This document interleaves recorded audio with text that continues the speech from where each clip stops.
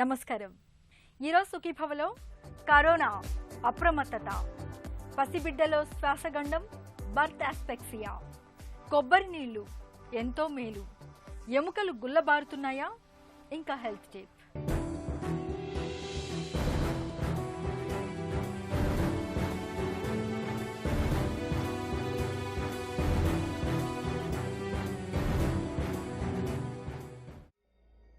Corona virus ఈ శతాబ్దపు మహమ్మారి.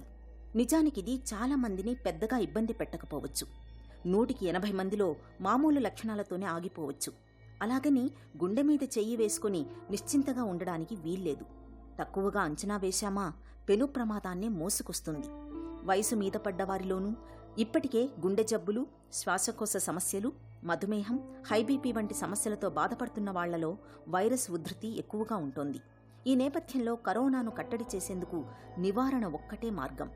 చేతుల శుభ్రత, భౌతిక దూరం పాటించడం ద్వారా వైరస్ ఒకరి నుంచి మరొకరికి వ్యాప్తి చెందకుండా చూసుకోవాలి. జలుబు, జ్వరం, ఆయాసం, దగ్గు వంటి అనుమానిత లక్షణాలు కనిపిస్తున్నప్పుడు వెంటనే డాక్టర్ని సంప్రదించి పరీక్షలు చేయించుకోవాలి. బయటకు వెళ్ళేటప్పుడు ప్రతి ఒక్కరూ శానిటైజర్ పెట్టుకోవడము, అదేవిధంగా మాస్క్ పెట్టుకోవడము, అదేవిధంగా బయటకు వెళ్ళిన తర్వాత సోషల్ డిస్టెన్స్, ఈ భౌతిక దూరం పాటించడం అనేటువంటి 3 విషయాలపైన శ్రద్ధ వహించాలి. మనం ఎక్కడికి వెళ్తున్నామా అంటే జనసాంద్రత ఎక్కువగా ఉన్నటువంటి ప్రదేశానికి వెళ్తున్నామా, లేకపోతే మనము పెళ్ళికి వెళ్తున్నామా, లేకపోతే చావుకు వెళ్తున్నామా, లేదంటే ఏదైనా జనాలు ఎక్కువగా ఉండేటువంటి ప్రదేశానికి వెళ్తున్నామా అనేటువంటి విషయాలపైన అత్యవసరమైతేనే బయటకు వెళ్ళాలి. సూపర్ మార్కెట్లోకి మామూలుగా ఇంటి సరుకులు తేవడానికి వెళ్ళినప్పుడు కానీ, అదేవిధంగా కూరగాయల మార్కెట్కి వెళ్ళినప్పుడు కానీ, లేదు అంటే ఇంకా ఏదైనా ఈ జన సమూహం ఉన్నటువంటి ప్రదేశాల్లో ఒక కార్యక్రమానికి వెళ్ళినప్పుడు కానీ అక్కడ ఖచ్చితంగా మాస్క్ పెట్టుకునే ఉండాలి. మనం ఒకరమే మాస్క్ పెట్టుకుంటే సరిపోదు, మన ముందు ఉన్నటువంటి వ్యక్తికి కూడా మాస్క్ ఉండేటట్లు చూసుకోవాలి. ఒకవేళ అతనికి కూడా మాస్క్ ఉంది అంటే దాదాపు 1 మీటర్ కానీ 2 మీటర్లు కానీ దూరంగా ఉన్నట్లయితే కరోనా వైరస్ సోకేటటువంటి అవకాశము 0% ఉంటుంది. ప్రైవేట్ బస్సెస్ కానీ, లేదంటే గవర్నమెంట్ బస్సులలో కానీ, లేదంటే కార్లలో వెళ్ళేటప్పుడు కానీ, ఆటోలలో వెళ్ళేటప్పుడు కానీ ఖచ్చితంగా ఈ భౌతిక దూరం పాటించి మాస్క్ అనేటటువంటిది పెట్టుకోవాలి. జాబ్ చేస్తున్నటువంటి ఈ ప్రదేశాల్లో ఉన్నప్పుడు మనకు తెలియకుండా ఏదైనా వస్తువులను ముట్టుకున్నట్లయితే ఖచ్చితంగా ప్రతి ఒక్కరూ అక్కడ వాటర్ కానీ సోప్ కానీ ఉన్నట్లయితే ఖచ్చితంగా ఈ సబ్బుతోటి చేతులను శుభ్రం చేసుకోవాలి. ఒకవేళ వాటర్ కానీ సోప్ కానీ లేనటువంటి పక్షం లోపల ఖచ్చితంగా శానిటైజర్ను చేతులకు రాసుకోవాలి. కరోనా విజృంభిస్తున్న ప్రస్తుత నేపథ్యంలో మన ఒంట్లో వ్యాధి నిరోధక శక్తి బలంగా ఉండేలా చూసుకోవడం మనకు చాలా అవసరం. ఇవాళ మనలో చాలామంది వ్యాధి నిరోధకతను పెంచుకోవడానికి చాలా ప్రయత్నాలే చేస్తున్నారు. అల్లం, మిరియాలు, తులసి తదితర దినుసులతో కషాయాలను కాచుకొని నిత్యం తాగడాన్ని అలవాటుగా చేసుకుంటున్నారు. అలాగే vitamin C, vitamin D3, zinc తదితర సప్లిమెంట్లను వాడుతున్నారు. ఇవన్నీ వ్యాధి నిరోధకతకు ఊతమిచ్చేవే. కరోనా కాలంలో వంటింట్లో అందుబాటులో ఉండే దినుసులతో పాటు పౌష్టికాహారం తీసుకోవడం ద్వారా మన ఒంట్లో వ్యాధి నిరోధక శక్తిని చక్కగా పెంపొందించుకోవచ్చు. ఇమ్యూనిటీని పెంచుకునేందుకు ఆహారపరమైన జాగ్రత్తలతో పాటు నిత్యం కాసేపైనా వ్యాయామం చేయడాన్ని అలవాటుగా మార్చుకోవాలి. ఈ వ్యాధి నిరోధక శక్తిని లేదంటే ఇమ్యూనిటీ పవర్ను పెంపొందించుకోవడానికి కొరకు ప్రతి ఒక్కరూ విధిగా వ్యాయామం చేయాలి, మంచి ఆహారం తీసుకోవాలి, అదేవిధంగా కంటి నిండా నిద్రపోవాలి. ఒకవేళ ఎవరైనా అధిక బరువు ఉంటే బరువును తగ్గించుకోవాలి. ఉపవాసం అనేటటువంటి ఈ పంచసూత్రాలను పాటించినట్లయితే ఖచ్చితంగా వారిలో వ్యాధి నిరోధక శక్తి పెరిగి ఇలాంటి ఎన్ని వైరస్లు వచ్చినా కానీ తట్టుకునేటటువంటి అవకాశం ఉంటుంది. మరి ఎలాంటి ఆహారం తీసుకోవాలంటే ఖచ్చితంగా పౌష్టికాహారము, సమతుల ఆహారం తీసుకున్నట్లయితే వ్యాధి నిరోధక శక్తి పెరిగి ఇలాంటి వైరస్లను తట్టుకునే అవకాశం ఉంటుంది. మరి మనము తినేటటువంటి ఆహారం లోపల ఖచ్చితంగా విటమిన్ సి, విటమిన్ డి, అదేవిధంగా జింక్ కానీ, సెలీనియం కానీ, ప్రోటీన్స్ ఉండేటట్లు చూసుకోవాలి. ఎగ్స్ కానీ, నాన్ వెజ్ కానీ తీసుకునేటువంటి కొద్దిమంది వెజిటేరియన్స్ ఏం చేయాలంటే వీళ్ళు కొన్ని ప్రోటీన్ పదార్థాలు ఎక్కువగా ఉండేటటువంటి పొట్టుతో కూడుకున్నటువంటి ఈ పప్పు ధాన్యాలను ఎక్కువగా తీసుకోవాలి. అదేవిధంగా ఇంకా మిల్ మేకర్స్ కూడా దాంట్లో చాలా ఎక్కువగా ప్రోటీన్ పదార్థాలు ఎక్కువగా ఉంటాయి కాబట్టి అలాంటి ఆహార పదార్థాలు తీసుకుంటే బాగుంటుంది. అదేవిధంగా ఈ తెల్ల శనగలను నానబెట్టిన తెల్ల శనగలను స్పౌట్స్ని ఎక్కువగా తీసుకోవడం వల్ల ప్రోటీన్ పదార్థాలు శరీరానికి అందే అవకాశం అనేటటువంటిది ఉంటుంది. ఈ సిట్రస్ జాతులకు చెందినటువంటి ఈ పుల్లటి పండ్లను తీసుకున్నట్లయితే ఖచ్చితంగా ఇమ్యూనిటీ అనేటటువంటిది పెరుగుతుంది. కరోనా వైరస్ సోకకుండా శానిటైజర్ వాడడం చాలా అవసరం. అలాగే ఇంటి శుభ్రత కోసం డిసిన్ఫెక్టెంట్లు కూడా అవసరమే. అయితే వీటిని అతిగా వాడితే కష్టం. అతిగా వాడటం మూలంగా తలెత్తే ఇబ్బందులను గమనిస్తూ ఉండాలి. తగిన జాగ్రత్తలు పాటించాలి. తరచుగా శానిటైజర్ వాడినప్పుడు చర్మం కందిపోయి దద్దుర్లు వచ్చే అవకాశాలు ఎక్కువ. శానిటైజర్లో ఆల్కహాల్తో పాటు క్లోరోహెక్సిడిన్, క్లోరోజైలినాల్, ట్రైక్లోసాన్ మొదలైన రసాయనాలు ఉంటాయి. వీటిని అతిగా వాడితే మన చర్మానికి డర్మటైటిస్ వంటి ఇన్ఫెక్షన్ల బెడద పెరుగుతుంది. అలాగే కరోనా వైరస్ నుంచి రక్షణ కోసం మాస్క్ ధరించడం ఎంత ముఖ్యమో దాన్ని శుభ్రం చేయడం కూడా అంతే ముఖ్యం. మాస్కును 2-3 సార్లు వాడిన తర్వాత కానీ ఉతకకపోవడం, వాటి మీద శానిటైజర్ స్ప్రే చేయడం వంటివి చాలామంది చేస్తుంటారు. కానీ అది సరికాదు. మాస్క్ ధరిస్తున్నప్పుడు, వాటిని శుభ్రం చేస్తున్నప్పుడు తప్పనిసరిగా జాగ్రత్తలు తీసుకోవాలి. ముఖ్యంగా మాస్క్ని రోజూ శుభ్రం చేసుకోవాలి. వృద్ధులు, దీర్ఘకాలిక జబ్బులతో బాధపడేవారికి వైరస్తో ప్రమాదం పొంచి ఉన్న నేపథ్యంలో వాళ్లందరూ ఇంటికే పరిమితం కావడం మేలు. బయటివారిని కలవడం తప్పనిసరైతే 1 మీటర్ భౌతిక దూరాన్ని పాటిస్తూ వారితో మాట్లాడాలి. సబ్బు, నీటితో ఎప్పటికప్పుడు చేతులు, ముఖం కడుక్కోవాలి. తుమ్మేటప్పుడు, దగ్గేటప్పుడు అరచేతిని కాకుండా మోచేతిని అడ్డుపెట్టుకోవాలి. జ్వరం, దగ్గుతో బాధపడుతుంటే ఇతరులను కలవకూడదు. ఇంట్లో వండిన తాజా వేడివేడి భోజనాన్ని తీసుకోవాలి. రోగ నిరోధక శక్తిని పెంచుకునేందుకు అందులో సరైన పోషక విలువలు ఉండేలా చూసుకోవాలి. శరీరంలో నీటి శాతం తగ్గకుండా ఎప్పటికప్పుడు నీటితో పాటు తాజా పండ్ల రసాలు తీసుకోవాలి. వ్యాయామం, ధ్యానం లాంటివి చేస్తుండాలి.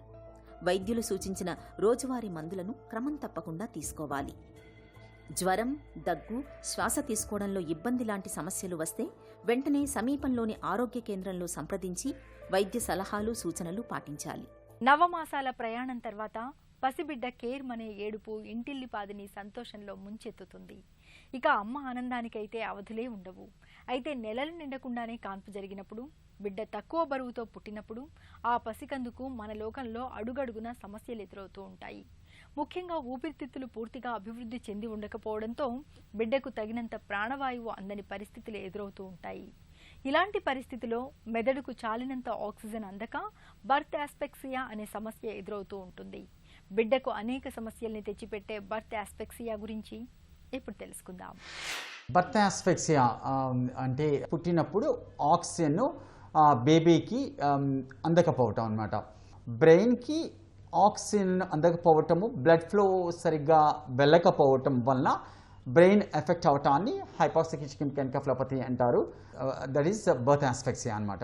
ఇందువలన ఈ బర్త్ ఆస్పెక్సియా నవజాత శిశువుల్లో ఉండొచ్చు అంటే మదర్కి రెస్పిరేటరీ వైజ్ అంటే లంగ్స్ విధంగా ఏదైనా ప్రాబ్లం ఉన్నా, తర్వాత మదర్కి నిమోనియా కానీ అట్లా ఉన్నా, మదర్కి ఏమైనా హార్ట్ డిసీజ్ ఉండి ఆక్సిజన్ సప్లై అది సరిగా లేకపోయినా, డ్యూరింగ్ డెలివరీ అప్పుడు మరి ప్రొలాంగ్డ్ లేబర్, ఎక్కువ టైం ఉమ్మునీరు పడిపోయింది, ఎక్కువ టైం డెలివరీ అవటానికి టైం తీసుకున్న తర్వాత డిఫికల్ట్ డెలివరీ అయినా, అంటే ఇన్స్ట్రుమెంటేషన్ యూజ్ చేయాల్సిన అవసరం అయినా, ప్లసెంటల్ ఇన్సఫిషియన్సీ అంటారు. అంటే ప్లసెంటా అంటే బేబీని కి సర్క్యులేషన్ ఇచ్చే దాన్ని భాగాన్ని ప్లసెంటా అంటారు.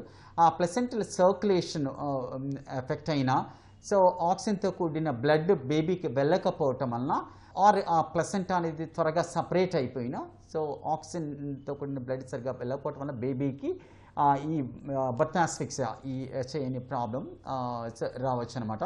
దీనివల్ల బ్రెయిన్ వైజ్ కొన్ని ప్రాబ్లమ్స్ రావచ్చు. పుట్టగానే 6 గంటల్లోనే లేకపోతే 24 గంటల్లోపు ఫిట్స్ అది స్టార్ట్ అవ్వచ్చు, లేకపోతే ఒక రోజు తర్వాత కూడా ఫిట్స్ అది ఉండొచ్చు.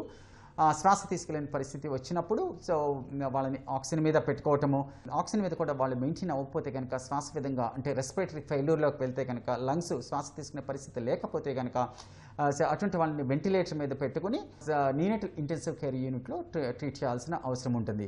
ఈ విధమైన ప్రాబ్లమ్స్ ఉన్నప్పుడు దానికి చేసే కొన్ని టెస్ట్లు ఉంటాయి అన్నమాట. సో ఇనీషియల్గా బ్లడ్లో గ్లూకోజ్ లెవెల్స్ ఎలా ఉన్నాయో చూసుకోవాలి. అట్లాగే బ్లడ్ గ్యాస్ అంటే బ్లడ్లో ఆక్సిజన్ కాన్సన్ట్రేషన్ ఎలా ఉంది, కార్బన్ డైఆక్సైడ్ ఎలా ఉంది, pH అంటారు, pH ఎలా ఉందో చూసుకోవాలి. కొంతమందిలో బిళ్ళల్లో ఏంటంటే ఎసిడోసిస్ అంటారు. ఇట్లా హైపాక్సియా ఉన్నప్పుడు బ్రెయిన్కి ఆక్సిజన్ అనేది సరిగ్గా అందనప్పుడు లోపల బాడీలో యాసిడ్ అది కూడా బ్లడ్లో ఫామ్ అవుతుందన్నమాట. దాన్ని మెటబాలిక్ ఎసిడోసిస్ అంటారు. సో ఆ విధంగా ఎలా ఉందనేది టెస్ట్ ద్వారా మనకు తెలుసుకోవచ్చు. కొంతమందిలో బ్లడ్ ప్రెషర్ డ్రాప్ అయినప్పుడు దానికి తగినట్టుగా ఇనీషియల్గా ట్రీట్మెంటు నార్మల్ సలైన్ బోలస్ అది ఇవ్వటము, దాని తర్వాత అవసరమైతే కనుక బ్లడ్ ప్రెషర్ మెయింటైన్ అవ్వడానికి ఐనోట్రోప్స్ అంటారు డ్రగ్స్ యూజ్ చేయాల్సిన నెసెసిటీ కూడా ఉండొచ్చు అనమాట. ఇటువంటి బేబీస్లో వచ్చిన newer treatment total body cooling అంటారు. అంటే ఇటువంటి బేబీస్ని కూలింగ్కి ఒక ఎక్విప్మెంట్ ఉంటుంది. ఆ ఎక్విప్మెంట్లో పెట్టేసి ఒక బ్లాంకెట్, కూలింగ్ బ్లాంకెట్ ఉంటుంది. ఆ బ్లాంకెట్లో బేబీని పెట్టి కవర్ చేసి ఆ మెషిన్ ద్వారా బేబీ టెంపరేచర్ని, టోటల్ బాడీ టెంపరేచర్ని తగ్గించడం. దీనివల్ల ఉపయోగం ఏంటంటే బ్రెయిన్కి ఆల్రెడీ డ్యామేజ్ అయి ఉంటే బ్రెయిన్కి ఆక్సిజన్ అందకపోవటం వలన సో ఇది లోపల బ్రెయిన్లో ఫర్దర్గా డ్యామేజ్ జరగకుండా, ఫర్దర్గా బ్రెయిన్ ఇది ఎఫెక్ట్ అవ్వకుండా, దానిలో సెకండరీ న్యూరల్ ఇంజరీ అంటారు, ఫర్దర్గా బ్రెయిన్ అది ఎఫెక్ట్ అవ్వకుండా ఇది ప్రొటెక్ట్ చేస్తుంది అనమాట ఈ టోటల్ బాడీ కూలింగ్. ప్రకృతి సహజంగా దొరికే పానీయాల్లో కొబ్బరి బోండాం నీళ్లు ఎంతో శ్రేష్టమైనవి. ఎలాంటి రసాయనాలు లేకపోవడంతో కొబ్బరి నీళ్లు మన ఆరోగ్యానికి ఎంతగానో మేలు చేస్తాయి. ఒక్క కొబ్బరి బోండాన్ని తాగితే మన పొట్టంతా హాయిగా ఉంటుంది. ఆరోగ్యాన్ని అందించడంతో పాటు ఎలాంటి దుష్ఫలితాల్ని కలిగించని ఏకైక పానీయం కొబ్బరి నీళ్లు. అమృత జలం లాంటి కొబ్బరి నీళ్లతో మనకు ఒనగూరే ఆరోగ్య ప్రయోజనాల గురించి ఇప్పుడు తెలుసుకుందాం.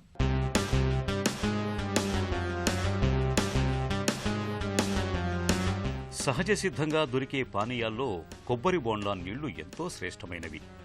కొబ్బరి బోండా నీటిలో అనేక ఔషధ గుణాలు ఉన్నాయి. మన శరీరానికి అత్యవసరమైన sodium, potassium, magnesium, phosphorus, calcium వంటి కీలకమైన ఎలక్ట్రోలైట్లను అందించటంలో కొబ్బరి నీళ్లకు సాటి మరొకటి లేదు. కొబ్బరి బోండా నీటిలో అత్యధికంగా క్యాలరీలు, ప్రోటీన్లు, కార్బోహైడ్రేట్లు ఉంటాయి. కాపర్ వంటి మినరల్స్ ఉండటంతో గుండెకు ఎంతో మంచిది. అంతేకాకుండా కొబ్బరి నీళ్లలో ఉన్న మ్యాంగనీస్ కొవ్వు మెటబాలిజం, ఎంజైమ్ పనితీరు సరిగ్గా ఉండేటట్లు చేస్తుంది. మీ డైట్లో కొబ్బరి నీళ్లను భాగం చేసుకుంటే శారీరకంగా ఎంతో దృఢంగా, నాజూకుగా తయారు కావచ్చు. కొబ్బరి నీళ్లను తాగటం వల్ల పొట్ట నిండిన భావన కలిగి అతిగా తినటం మానేస్తాం. ఇందులో ఉండే పీచు పదార్థం బరువు తగ్గేందుకు తోడ్పడుతుంది. కొబ్బరి నీళ్లలోని పోషకాలు మన రక్తంలోని కొలెస్ట్రాల్ స్థాయిల్ని అదుపులో ఉంచుతాయి. తాజా కొబ్బరి నీళ్లను తాగటం వల్ల రక్తంలోని చక్కెర స్థాయిలు అదుపులో ఉంటాయి. శరీరంలో ఇన్సులిన్ ఉత్పత్తి కూడా చక్కగా ఉంటుంది. కొబ్బరి నీళ్లను తరచుగా తాగటం వల్ల మన శరీరంలో రోగ నిరోధక శక్తి పెరుగుతుంది.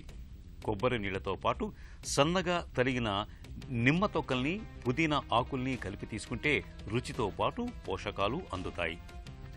అందుకే మన ఆహార పద్ధతుల్లో కొబ్బరి నీళ్లకు చోటు కల్పిస్తే మన ఆరోగ్యానికి ఎంతో మేలు. మన ఎముకలు పుష్టిగా బలంగా ఉన్నప్పుడే మన శరీరం కూడా దృఢంగా ఉంటుంది. అదే మన ఎముకలు పెళుసుబారిపోయి బలహీనమైపోతే చిన్న చిన్న దెబ్బలకు, కుదుపులకు సైతం చిటిక్కున విరిగిపోతూ ఉంటాయి. మెనోపాజ్ దాటిన మహిళలకు ఈ ముప్పు మరింత ఎక్కువగా ఉంటుంది. జీవగర్రల్ లాంటి ఎముకల్ని గుల్ల చేసే ఆస్టియోపోరోసిస్ కు కారణాలు, పరిష్కార మార్గాల గురించి డాక్టర్ని అడిగి ఇప్పుడు తెలుసుకుందాం.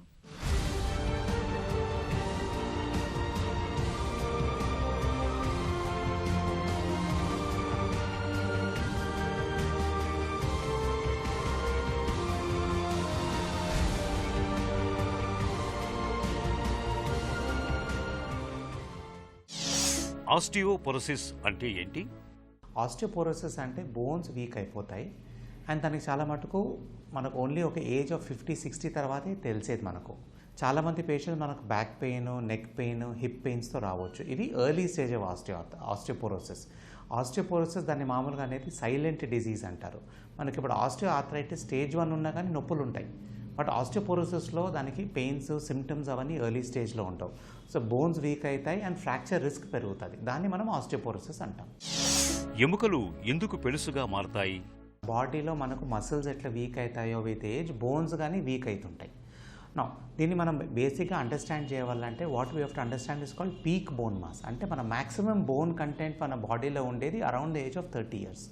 So it is very important. మన పీక్ బోన్ మాస్ హై ఉంటే మనం ఏజ్తో పాటు బోన్ లాస్ ఉంటుంది. ఆ లాస్ తక్కువ అయ్యే కొద్దీ మనం ఓల్డ్ అయినప్పుడు ఆ లాస్ ఆల్సో స్లో ఉంటుంది అండ్ ఎల్డర్లీ ఏజ్లో బోన్ మాస్ ఎక్కువ ఉంటుంది. సో మనకు 30 yearsలో ఏ బోన్ మాస్ ఉంటుంది, ఎంత హెల్తీగా ఉంటామో dictates whether we get osteoporosis when you are 60 or 70. Osteoporosis మహిళల్లో ఎందుకు ఎక్కువ? For every 4 ladies who have osteoporosis, only 1 male కి osteoporosis ఉంటుంది. సో ఇట్స్ 75 to 25% రేషియో ఉంటుంది. మెనపాజ్ నార్మల్గా లేడీస్లో వచ్చేది 45 to 50 years లోపల, ఆ ఏజ్ లోపల. సో వన్స్ మెనపాజ్ అయిన తర్వాత ఈ బోన్ లాస్ మనకు ఉండేది చాలా ఎక్కువ అయిపోతుంది లేడీస్లో. మెన్లో స్టాండర్డ్గా బోన్ లాస్ ఉంటుంది, కానీ లేడీస్లో మెనపాజ్ తర్వాత ఎక్కువ బోన్ లాస్ ఉంటుంది. అందుకే మనం చెప్పేది as far as possible hysterectomy మనం డిలే చేసేదే మంచిది. సో సర్జరీ చేయించుకొని సర్జికల్ మెనపాజ్ మనం తెచ్చుకునేది మనం డిలే చేస్తే మంచిది, unless it is inevitable. So మనం very important to have the regular ovarian function, regular menstrual function also. ఎముకలు గుల్లబారితే వచ్చే సమస్యలు ఎలా ఉంటాయి? ఆస్టియోపోరోసిస్తో చాలా మటుకు ప్రాబ్లమ్స్ ఉంటాయి, కానీ ఇవన్నీ మనకి ఇమీడియట్గా ఒక 6 monthsలో వచ్చే కాంప్లికేషన్స్ కాదు. Over the years of 5 to 10 yearsలో దీనికి కాంప్లికేషన్ తెలుస్తుంది. బ్యాక్ పెయిన్ రావచ్చు, నెక్ పెయిన్ రావచ్చు. మీరు చాలామంది లేడీస్ని చూస్తారు బెండ్ అయిపోయింటారు ఏజ్ అయ్యే కొద్దీ, స్టిక్ అయి బెండ్. అవన్నీ ఆస్టియోపోరోసిస్ మల్టిపుల్ స్పైన్ కంప్రెషన్ ఫ్రాక్చర్స్తో వస్తాయి. కొంతమందికి ఏజ్లో చిన్న ఫాల్ ఎక్కడో తట్టుకొని పడిపోయినప్పుడు కానీ హిప్ ఫ్రాక్చర్స్ అవుతాయి. హిప్ ఫ్రాక్చర్స్ అయినప్పుడు it is a very very serious problem in the elderly. ఏ ఏజ్లో అయినా కానీ ఫ్రాక్చర్లో యంగ్ ఏజ్ గ్రూప్లో అయిపోతే ఫ్రాక్చర్స్ మనం recovery chances are close to 100%.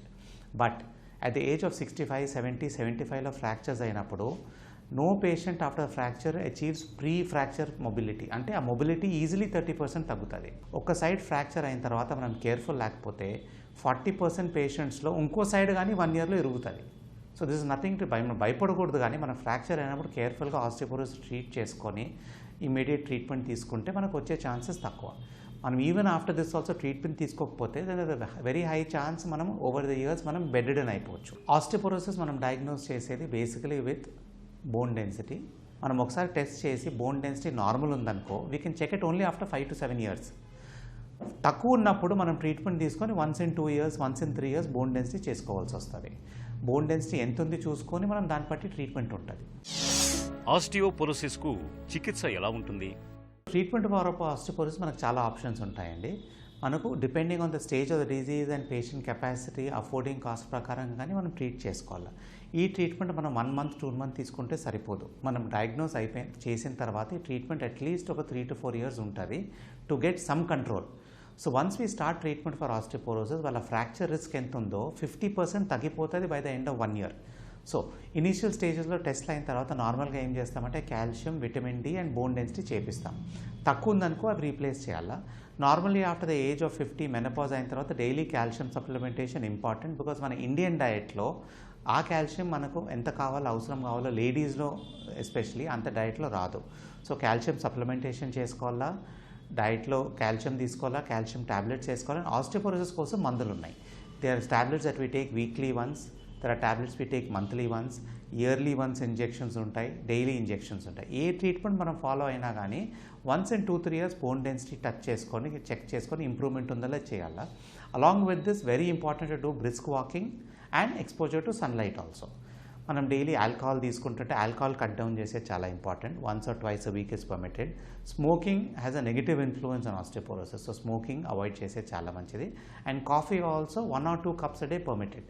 మనం ఇండియాలో అందుకని ఎక్కువ నార్మల్గా తాగం, కానీ ఎక్కువ కాఫీ తాగినా కానీ మనకు ఆస్టియోపోరోసిస్ ఇంప్రూవ్ అయ్యే ఛాన్సెస్ తక్కువ ఉంటుంది. హిప్ ఫ్రాక్చర్స్, వేరే ఫ్రాక్చర్స్ అయినప్పుడు మనకు సర్జరీ కాకుండా కష్టము. చాలామందికి రిస్ట్ ఫ్రాక్చర్స్ అవుతాయి, అప్పుడు మనం ప్లాస్టర్ వేయవచ్చు.